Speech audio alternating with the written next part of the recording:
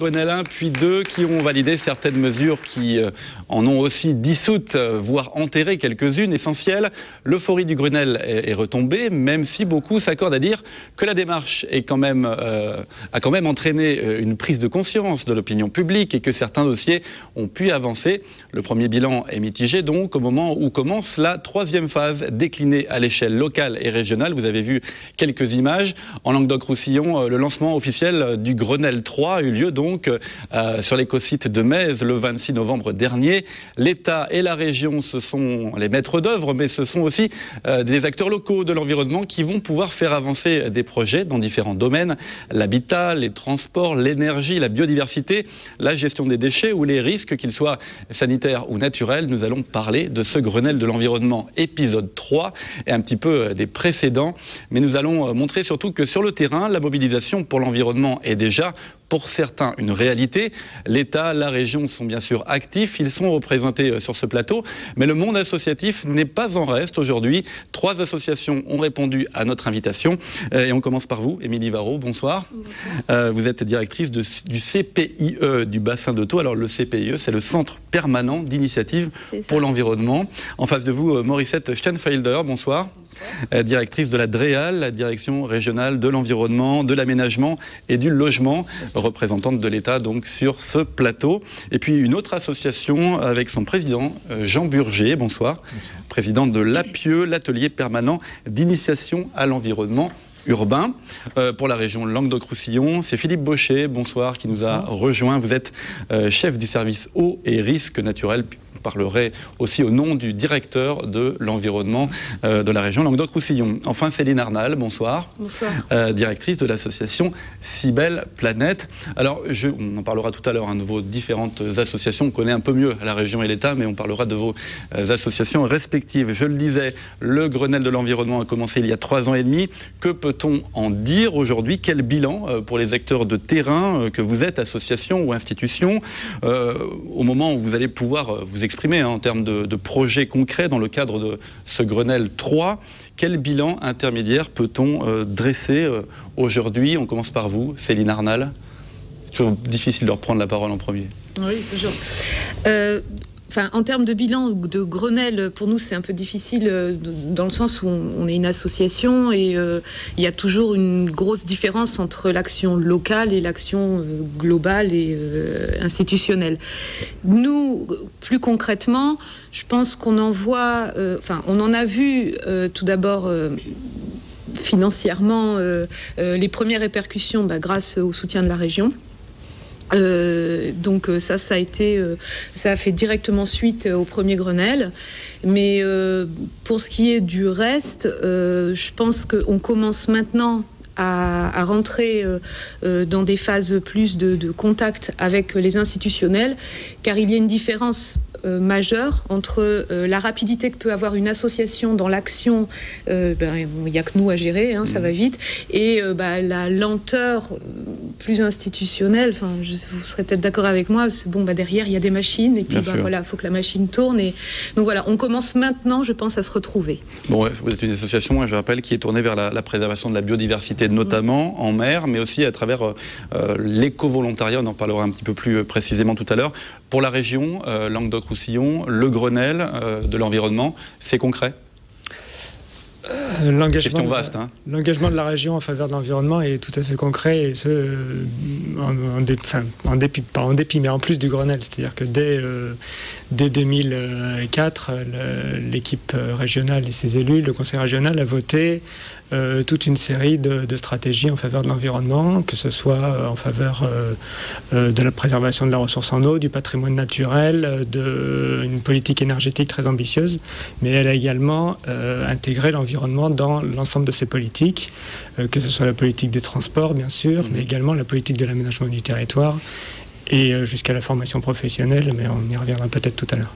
Ce Grenelle, justement, c'est 2 premières phases, ce que j'appelle les 2 premières phases, puisque c'est les 2 premières lois qui ont été votées, la loi Grenelle 1 et 2, et puis ce travail de 3 ans et demi qui vient de se dérouler. Ça vous a servi à accélérer certaines mesures à la région, ou alors est-ce que, effectivement, comment vous dressez, quel bilan vous dressez au bout de 3 ans et demi? Moi, je rejoins Madame Arnal sur le fait que aujourd'hui, la territorialisation du Grenelle sera véritablement l'occasion d'avoir un travail partenarial et concret sur l'ensemble des politiques qu'on menait déjà, de manière à les conduire d'une manière très intégrée avec l'ensemble de nos partenaires et avec un comité de suivi qui permettra d'en faire un bilan et un avancement très régulier. Là, on va en parler après. Effectivement, on est un peu plus dans le concret, dans la région. On va en parler dans très peu de temps. Jean Burger, vous aussi, au niveau de l'APIE, mais aussi au niveau de vos autres activités. Je sais que vous êtes très impliqué en matière d'écologie, mais quel bilan peut-on tirer de ce Grenelle, enfin de ces premières phases de Grenelle ? C'est un bilan mitigé pour les associations parce que, effectivement, vous avez parlé de la visibilité qu'a donné le Grenelle aux questions environnementales. Je crois que c'est vrai. On est reconnu plus qu'il y a quelques années. Mais il y a quand même un souci, c'est que moi, je m'occupe d'associations d'éducation et environnement et on a eu vraiment beaucoup de mal à raccrocher ce thème-là au Grenelle.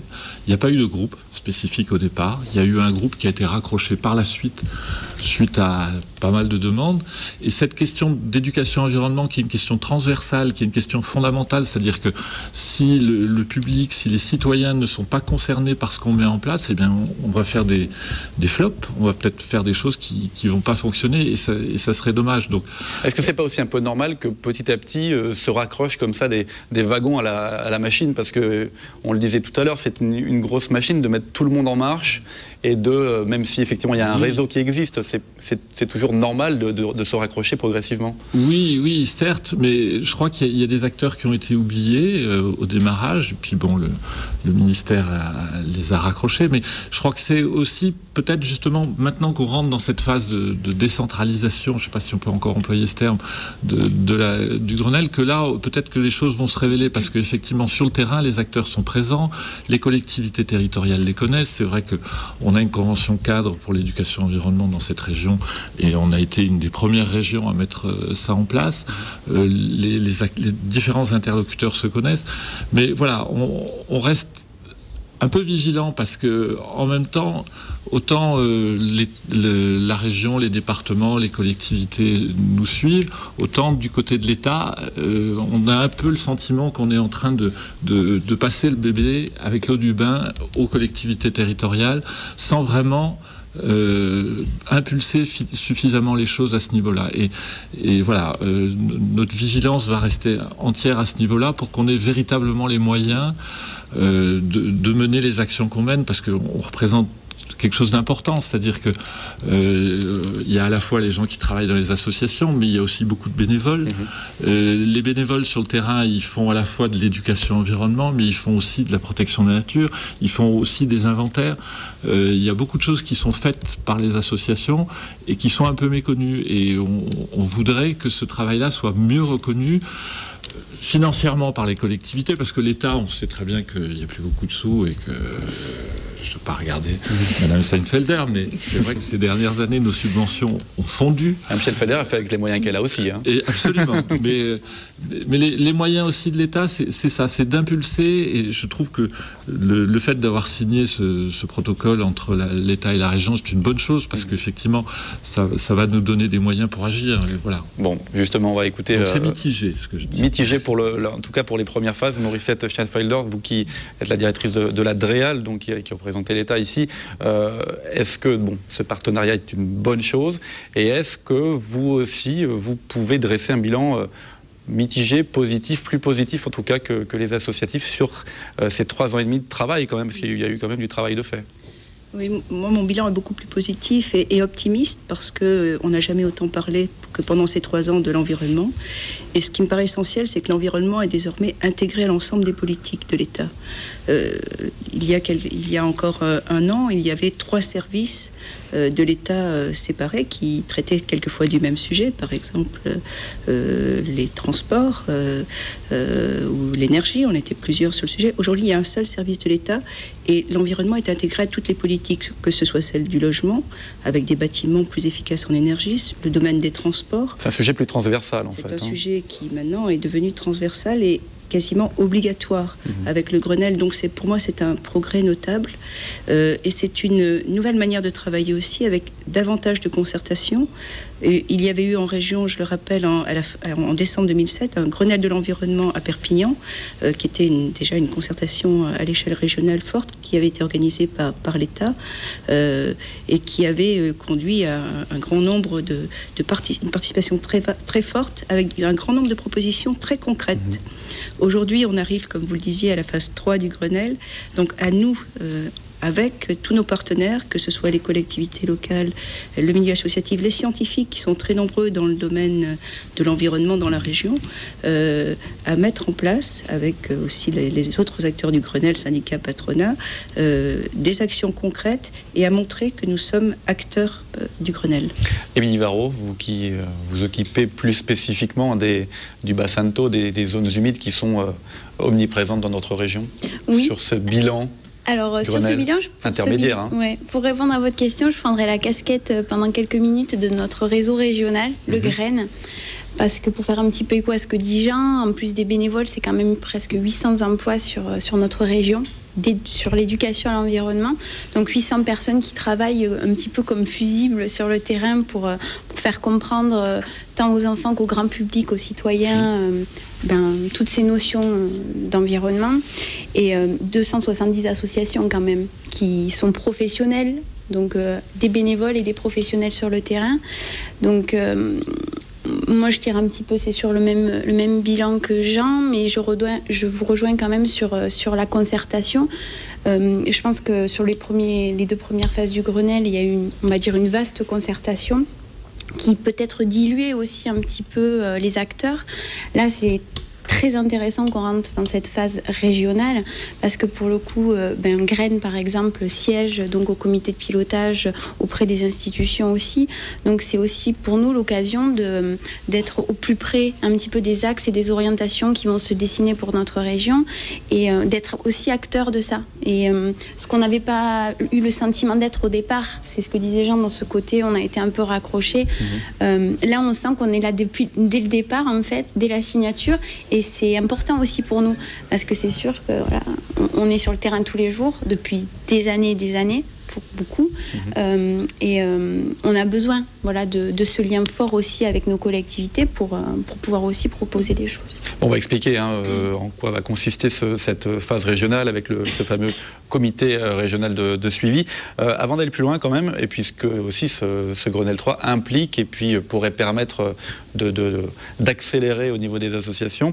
Avant d'aller plus loin, je vous propose d'écouter Sébastien Tortora. C'est aussi un acteur local de l'environnement. Il est intervenant auprès de la Fondation Nicolas Hulot pour notre région. Il nous livre son analyse des Grenelles 1 et 2 et ce que l'on peut attendre de la phase 3. Regardez. Alors le premier bilan qu'on peut faire, c'est reconnaître quand même que le Grenelle de l'environnement a été un processus historique en termes de présentation de l'écologie sur la scène politique et au niveau des consciences parmi la population. Le domaine principal sur lequel on pourra avoir des regrets, et c'est la raison pour laquelle la Fondation Nicolas Hulot a quitté la table des négociations, c'est tout ce qui concerne la fiscalité environnementale. Aujourd'hui, quel que soit le secteur d'activité, ce qui dégrade et ce qui pollue coûte moins cher que ce qui préserve. Et ça pose un problème. On est sur le terrain maintenant. On a décidé de certaines propositions, on a réfléchi à comment les financer et comment faire. Et maintenant, il faut les appliquer. Et pour les appliquer, qui mieux que ceux qui sont sur le terrain, qui ont entre les mains une boîte à outils formidable, parce qu'ils ont tous les leviers entre les mains pour pouvoir favoriser tel ou tel type de comportement ou tel type d'investissement.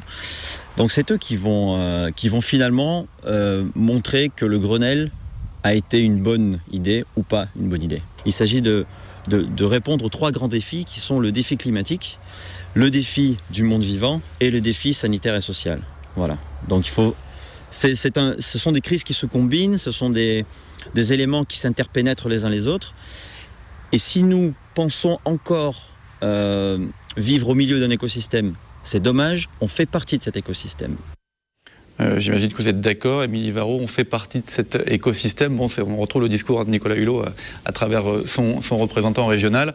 Tout ce qui est dit, effectivement, cet aspect boîte à outils et ces leviers qui peuvent être activés comme ça en local, ça vous parle? Vous êtes d'accord avec ça? Oui, ça me parle complètement. Qui plus est que le CPIE Bassin Thau en fait regroupe 13 acteurs du territoire de Thau. Donc en plus des éducateurs à l'environnement et des formateurs, ça regroupe aussi les socioprofessionnels de l'étang, comme disait votre collègue tout à l'heure, la conchyliculture, la pêche, ces petits métiers, l'agriculture locale. Et on essaie de mener vraiment des projets pour le territoire de Thau dans une dynamique de développement durable, mais c'est-à-dire aussi cette transversalité. Aujourd'hui, nous aussi, on aborde notre métier différemment et on se raccroche aux autres acteurs du territoire qui font vivre le territoire. On est beaucoup moins, on va dire, scindés qu'avant. Et ça fait des projets forts pour les territoires, qui permettent de toucher beaucoup de publics. En 2010, on a touché presque 17 000 personnes en éducation et environnement sur le bassin de Thau. On va parler des projets après, dans la deuxième partie de l'émission. Donc c'est sûr que ce lien est fort et cette transversalité est très importante, comme il dit, de biodiversité, alimentation. Enfin, aujourd'hui, on diversifie aussi notre champ d'activité. On va continuer après. Jean Burger sur cette question, justement. Il y a un aspect... On est dans une région avec un environnement qui a des atouts extraordinaires, et notamment je pense à la question du tourisme, et je pense qu'on a vraiment une carte particulière à jouer là-dessus, et les acteurs que nous connaissons, avec qui nous travaillons dans les associations, sont justement pleinement à même de proposer autre chose qu'un tourisme qui a été le tourisme initial qui a développé cette région, un tourisme de masse, mais de proposer un tourisme de masse, de qualité, en s'appuyant sur les territoires, en s'appuyant sur la diversité culturelle et environnementale de ce territoire. Et je pense que c'est là-dessus qu'il faut qu'on joue aussi, parce que je parlais d'éducation environnement, mais il n'y a pas de limite entre éducation. Ça ne veut pas dire parler au tableau noir et faire des cours pour parler de l'environnement. On est très loin de ça. On est capable, sur le terrain, d'aborder les choses de façon ludique, drôle, intelligente. Et c'est ça qu'il faut qu'on arrive à pérenniser, à mettre en avant, parce que tout ça est très fragile pour l'instant. On va continuer à parler des projets, et évidemment de cette phase du Grenelle 3. On fait une courte pause et on se retrouve dans un instant.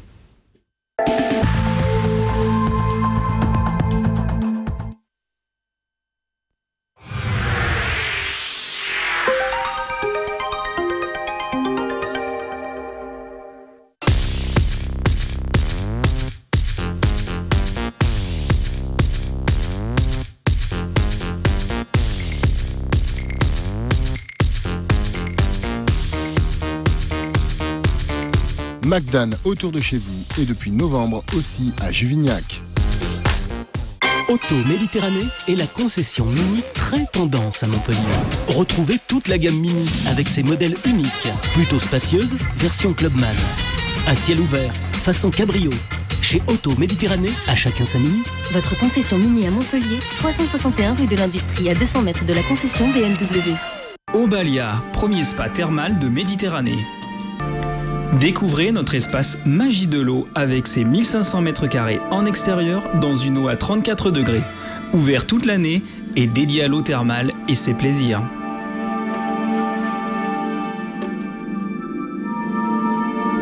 Découvrez notre espace soins pour votre relaxation et votre bien-être. Profitez des fêtes de fin d'année pour lui offrir un moment de douceur. Soins gourmands, balade autour du monde, escapade aromatique. Obalia, à Ballaruc-les-Bains, à côté des thermes Les Hespérides. Ouvert toute l'année, 7 jours sur 7. Plus d'infos sur obalia.fr ou par téléphone au 04 67 185 205. Pour cette fin d'année, soyez belle en devenant gourmande. Dans le monde, plus de 100 millions d'enfants en âge d'aller à l'école ne sont pas scolarisés. 150 millions d'enfants travaillent dès leur plus jeune âge. Aller à l'école, c'est pourtant un droit fondamental pour tous les enfants, une garantie pour les générations futures. Partout dans le monde, l'UNICEF lutte pour le respect de ce droit et participe à la création d'écoles et à la formation des enseignants. En France, l'UNICEF sensibilise et alerte sur le rôle essentiel de l'éducation pour tous les enfants, à travers une multitude d'actions et d'événements. Notre but, mobiliser et collecter pour nos programmes. Pour venir en aide aux enfants, moi, j'ai choisi d'être bénévole.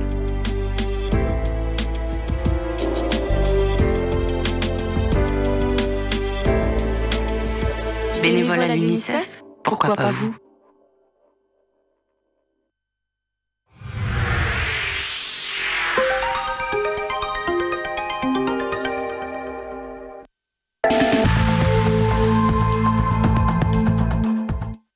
Deuxième partie d'On en parle, consacrée au Grenelle de l'environnement et sa phase régionale, territoriale, le Grenelle de l'environnement, épisode 3. Le Grenelle sera une bonne idée en fonction de ce qu'on en fera et de ce qu'on en fait déjà. Est-ce que cela peut être un accélérateur de projet? C'est la question que je vais d'abord poser à nos associatifs qui sont là. Il existe déjà sur le terrain le Grenelle de l'environnement, à travers vous, à travers aussi les institutions, on le rappelait tout à l'heure, avec beaucoup d'initiatives. Est-ce que justement il peut accélérer, en termes simples, politiques ou financiers, des projets qui sont déjà dans les tuyaux? Qui se lance? Émilie Varro. On l'espère. On espère. On l'espère pour... Concrètement, est-ce qu'il y a des projets, là, des exemples concrets On en a des valises. Des valises. On pourrait rester avec vous toute la nuit. Mais en ce qui concerne en tout cas le CPE Bassinto, on essaie d'impulser un gros projet sur la valorisation du territoire de Thau à travers certainement une exposition sur la biodiversité par exemple, avec un peu l'emblème hippocampe en tête pour faire du lien avec les habitants du territoire de Thau.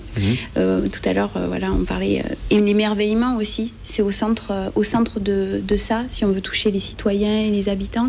Donc c'est important d'aller vers cet axe-là et aussi de faire du lien toujours avec les socioprofessionnels, c'est-à-dire montrer aussi comment un territoire qui vit est aussi support de biodiversité à travers ces métiers-là et pas confronter à la fois les mondes socioprofessionnels, scientifiques et de l'éducation, mais on essaie justement de monter un projet qui va un petit peu rassembler et être fédérateur sur le territoire de Thau. Donc c'est sûr que, comme je le disais tout à l'heure, sur un Grenelle 3 où effectivement notre réseau régional va siéger, on sait qu'il va porter notre voix. Donc c'est sûr que c'est important pour nous. Ça veut dire aussi qu'on va pouvoir se faire entendre et être là, comme on disait tout à l'heure, mais dès le départ, à chaque moment où ça va avancer. Et ça, c'est ce qu'il y a de plus intéressant pour nous et c'est notre grande attente dans ce Grenelle 3. Bon, Philippe Baucher, les financeurs, on le disait tout à l'heure, vous l'avez rappelé, mais bon, il y a l'État, il y a l'Europe aussi, dont on ne parle pas forcément toujours, mais qui est quand même un petit peu présent. Et puis là, il y a les collectivités locales, dont la région. Il y a beaucoup d'attentes, il y a beaucoup de projets dans les tiroirs. On continuera notre tour de table après. Qu'est-ce que ce Grenelle régional, territorial, peut insuffler de plus que ce qui est déjà engagé, ce que vous rappeliez tout à l'heure? Est-ce qu'il y a d'autres choses? Est-ce qu'on peut encore plus soutenir comme ça, avec ce cadre du Grenelle, les associatifs et puis les autres intervenants de l'environnement? On va aller effectivement plus loin et plus rapidement sur certaines des initiatives qui avaient déjà été prises. J'aimerais en mentionner deux ce soir. Donc le schéma régional de continuité écologique, par exemple, qui est souvent appelé la trame verte et bleue en fait, et qui sera un moyen de concrétiser avec l'État ce schéma sur la base de la stratégie régionale biodiversité qui avait été élaborée et qui avait déjà identifié les zones réservoirs de biodiversité, les corridors à préserver, etc. Il s'agit justement de préserver certaines zones quand on fait passer un TGV, quand on urbanise, quand on fait ce genre de choses, c'est ça? Exactement, pour éviter le morcellement des milieux naturels qui est une des causes de raréfaction de la biodiversité. Le deuxième schéma que je voudrais citer, c'est aussi le schéma régional climat, air, énergie. Donc c'était les deux thèmes de la première réunion, le premier comité de pilotage. Voilà, qui sont les deux schémas qui sont mentionnés dans la convention qu'on a passé avec l'État. Le schéma régional climat, air, énergie, qui sera lui une formalisation dont la contribution régionale sera le plan climat qui a déjà été approuvé par la région et qui comporte une soixantaine d'actions qui ont pour but d'atténuer et d'anticiper les effets du changement climatique. Qui vont au-delà, visiblement, un petit peu de la loi, ou pas forcément? A priori, oui, parce que, oui. En tout cas, bon, même s'il y a des freins, on va en parler, hein, des freins qui sont mis en ce moment, notamment, je pense au photovoltaïque, hein, qui subit un revers en ce moment. Ben, on va pouvoir en parler. Mais est-ce qu'il s'agit d'aller plus loin que la loi? Est-ce que vous allez justement vous appuyer sur ces associations pour essayer de faire avancer ces questions, notamment sur l'énergie? Sur l'énergie, pour répondre à votre question, il y a beaucoup d'aspects sur lesquels on ira au-delà de la loi, au-delà de la réglementation, effectivement, notamment en matière de construction. On aura les maisons avec le label Sud de France qui iront au-delà de la réglementation thermique pour prendre en compte non seulement les émissions et les consommations d'énergie, mais également les matériaux de construction, et qui permettront notamment de valoriser le fait que la ressource bois, qui est une ressource locale, est beaucoup moins gourmande en énergie depuis sa création, en fait, que d'autres matériaux, aluminium, béton, etc. Bon, on revient sur les associations avec les différents projets, les fameux projets dans les cartons, Jean Burger. Il y en a beaucoup, et puis on parlera après tout à l'heure avec... Ils ne sont pas comme des cartons, ils sont déjà en route. Non, nous à la Pieux, on travaille plus sur l'environnement urbain, donc l'environnement proche. Et pour nous, c'est un aspect fondamental, c'est-à-dire que la question, c'est bien d'aider le citoyen à s'approprier, à vivre bien dans son environnement et à pas mythifier aussi l'environnement comme quelque chose de nature un peu lointaine, comme on la voit des fois à la télé dans des trucs superbes qui ont aussi leur rôle à jouer. Et par rapport à ça, je crois qu'il y a vraiment un travail de formation citoyenne à faire sur l'environnement proche. Nous, à la Pieux, on travaille pas mal sur les friches urbaines, c'est-à-dire ces petites zones un peu oubliées où quand on commence à regarder d'un peu plus près ce qu'on y trouve, on s'aperçoit qu'il y a des tas de choses intéressantes, et que notamment par rapport à ces questions de trame verte et bleue, de corridors, etc., il y a des choses à imaginer. Et notre idée, c'est de faire participer le maximum de personnes à ce genre de démarche. Donc ça veut dire qu'il faut informer, former, que le porter à connaissance aussi des actions qui sont menées par les collectivités doit être encore amélioré. Donc on parlait de concertation. Il y a tout ça. Donc je crois que ça, c'est un aspect important, parce que si on n'aide pas les citoyens à comprendre ce qui les entoure, on risque de passer là encore à côté de beaucoup de choses. Céline Arnal, sur cette question justement du développement, bon, le Grenelle 3, on en a parlé, est-ce que vous l'avez dit les uns les autres, j'imagine que c'est pareil pour Si Belle Planète, vous avez des projets aussi plein la tête, et puis des projets qui sont en cours. Est-ce que ces partenariats, ce nouveau partenariat, qui n'est pas forcément nouveau, mais en tout cas qui a maintenant un cadre vraiment très très clairement déterminé, est-ce que ça peut vous aider? Est-ce que vous avez travaillé jusqu'à la fin de toute façon, mais est-ce que ça peut vous aider quelque part? Vous attendez beaucoup de ça ou pas? Pas forcément. On va dire que ce serait la cerise sur le gâteau. Pour l'instant, c'est vrai qu'on s'est un peu débrouillé tout seul. On a développé... donc nous, on travaille surtout sur des réseaux citoyens, c'est-à-dire... et en plus, sur le milieu marin. Alors, le milieu marin, c'est souvent le parent pauvre, malheureusement. C'est-à-dire qu'on s'aperçoit souvent, après, qu'on a oublié de parler de la mer. Et nous, ce qu'on attend, c'est au niveau régional, déjà, qu'il y ait une ouverture sur le milieu marin. Qui n'est, à mon avis, à mon sens, pas assez développé. Quoi. Et en termes de biodiversité, pas uniquement en termes économiques. En termes de biodiversité, c'est vrai qu'il y a eu des actions qui ont été faites, on a commencé, mais c'est vrai qu'il y a encore pas mal de choses à faire. Et après, pour nous, on travaille donc sur un réseau de sciences citoyennes, c'est-à-dire qu'on suit l'état de santé de la mer Méditerranée, en gros. Donc on s'intéresse à plusieurs choses, à un suivi scientifique, puisqu'on travaille avec des chercheurs pour suivre, en gros, l'état de santé de la Méditerranée et l'impact des changements globaux, dont les changements climatiques. Et ce suivi se fait grâce à un réseau de citoyens bénévoles qui sont plongeurs ou plaisanciers, qui vont collecter des données et participer. Donc nous, à ce titre, on va à la fois s'intéresser à la science, à l'éducation à l'environnement, donc là je vous rejoins, et on va s'intéresser un peu à tout ce qui est acquisition de données. Donc en plus on récolte et on a une base de données sur la biodiversité. Donc nous, par rapport à ça, on s'intéresse 3 fois, on attend 3 fois un peu le Grenelle à ce niveau. Enfin, voilà. Bon, Maurice Schenfelder, le Grenelle, on le sait, hein, et en tout cas, c'est cette phase quand même très, très concrète pour les gens, très concrète aussi pour les acteurs locaux, est attendue parce qu'il y a eu un certain nombre, effectivement, peut-être de rendez-vous manqués depuis 3 ans et demi. Il y a une loi qui a laissé quelques imperfections, et puis des gens qui sont mécontents aussi des mesures qui ont été retirées de la loi. En tout cas, là... ce qui a été lancé le 26 novembre, c'est quoi? C'est un comité régional. Comment ça va s'organiser exactement? Ce comité régional va pas travailler toujours dans sa totalité, puisqu'il y a plus de 135 membres dans les 6 collèges, puisque contrairement au Grenelle national, on en a ajouté un qui est celui des personnalités qualifiées qui ont quelque chose à apporter de par leur propre activité. Il va travailler en groupe de travail autour de sujets qui ont été déjà retenus. Les deux ont déjà été évoqués par Philippe Baucher, le schéma de cohérence écologique, donc la trame verte et bleue, le schéma régional air, énergie, climat. Et puis il y a aussi la poursuite de quelque chose qui existait déjà. C'est un comité régional des Agenda 21, parce que les collectivités se sont formidablement impliquées dans le développement durable et dans ces actions autour du Grenelle. Et puis on mettra en place, à la demande de l'ensemble des acteurs, d'autres groupes de travail pour avancer plus spécifiquement sur certains domaines. Donc, et là, on travaille spécifiquement sur des projets dans ces cas-là, c'est une sorte de commission qui travaille sur des projets concrets et qui éventuellement trouvent des financements. Comment ça se passe exactement? Au début, on va déjà travailler sur les grandes données. Donc, on a parlé de la biodiversité. Ces corridors écologiques sont indispensables au-delà des espaces protégés, qui sont très nombreux dans notre région, qui est très riche en biodiversité.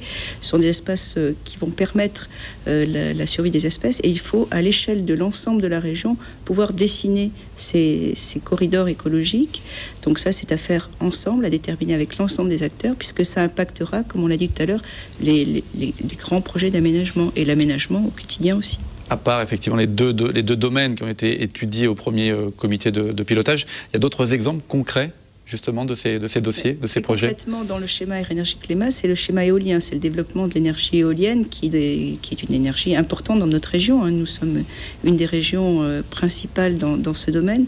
Donc c'est savoir où on va implanter les nouvelles éoliennes et où on n'en mettra pas pour des raisons justement qui tiennent souvent à la biodiversité et notamment à la vie faune. Donc ça, c'est un exemple très concret. Je parlais du photovoltaïque tout à l'heure. Je mets un peu les pieds dans le plat parce qu'effectivement, le gouvernement a instauré un moratoire, en tout cas pour 3 mois. Hein. C'est pas un recul définitif, mais pendant 3 mois, en tout cas, EDF aura la capacité de ne pas racheter l'électricité, mais des centrales au-delà de 3 kW. Donc ça ne concerne pas les particuliers, mais les centrales de professionnels entre guillemets, ou effectivement d'agriculteurs quelquefois aussi, qui équipent leur hangar de panneaux photovoltaïques. Est-ce que cette mesure-là, qui est une mesure, nous dit-on, d'assainissement un petit peu du marché du photovoltaïque, est-ce que ça ne va pas à contre-courant, prend le contre-pied de ce Grenelle qui se veut aller notamment vers les énergies renouvelables? On a l'impression que ça fait quand même un coup d'arrêt, que c'est pas très très cohérent. Alors, par rapport aux ambitions du Grenelle, c'est pas complètement un coup d'arrêt parce que le Grenelle a entraîné une telle dynamique qu'aujourd'hui, fin 2010, on a déjà quasiment atteint la puissance qui était de 5400 MW. On a à 90% de cette puissance. Et puis, le coût de rachat de l'électricité est un coût très élevé qui est supporté par l'ensemble des citoyens sur leur facture d'électricité. C'est pas négligeable. Donc, il est important effectivement de se poser. La file d'attente est très importante. De projets qui sont plus ou moins déjà bien avancés, de très grosses centrales, soit intégrées dans le bâti, soit au sol. Et il est important de se poser la question de où on va. Donc la concertation est lancée. La première réunion aura lieu lundi, donc le 20 décembre, avec l'ensemble des parties prenantes, et de voir que d'ici le mois de mars, donc d'ici le 11 mars, quelle sera la nouvelle position du gouvernement et le nouveau schéma. Oui. Pour la région, le solaire, c'est un élément qui a été toujours mis en avant. On est dans une région assez favorisée de ce côté-là par rapport à l'énergie solaire. Absolument. Il y a eu il y a quelques années des aides qui étaient données au début vraiment de ce phénomène directement aux particuliers. Maintenant, effectivement, il y a des aides qui sont plutôt données, il y a des subventions qui sont plutôt données à des installations plus importantes. En tout cas, ça reste une priorité de la région Languedoc-Roussillon. Ça reste une priorité de la région Languedoc-Roussillon, bien sûr.